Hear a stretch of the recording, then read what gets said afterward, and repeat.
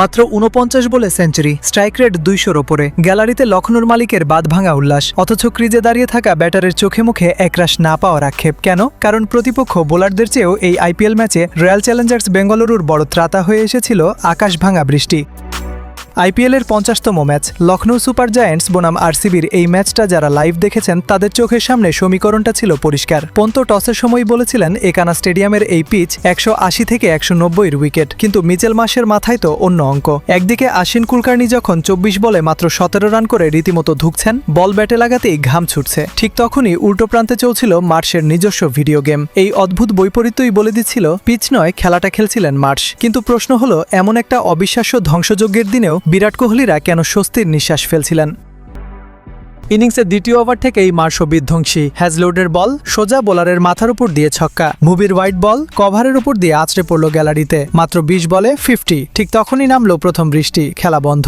৪৭ minute পর যখন আবার খেলা শুরু হলো, মনে হচ্ছিল মার্শ হয়তো এবার শান্ত হবেন, কিন্তু না। ক্রুনাল পান্ডিয়ার প্রথম বলেই আবার ছক্কা, সুয়া শর্মার শর্ট বল পেয়ে ৯৭ মিটারের এক দানবীয় পুল। বোলাররা লাইন লেংথ হারিয়ে দিশেহারা। আশ্বিন কুলকার্নি আউট হলেন, নিকোলাস পুরান এলেন, কিন্তু মার্শ থামছেন না।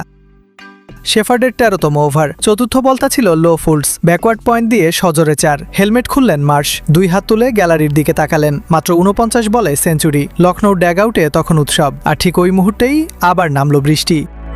একজন সাধারণ ক্রিকেট ফ্যানের জায়গা থেকে মুহূর্তটা একবার কল্পনা করুন। ১৩ ওভার ৪ বলে লখনৌর স্কোর যখন ১২৫, মার্শ তখন একাই ৯১। মাত্র ১৩টা ওভারেই তিনি ৭টা ৪ আর ৮টা ছক্কা মেরে দিয়েছেন।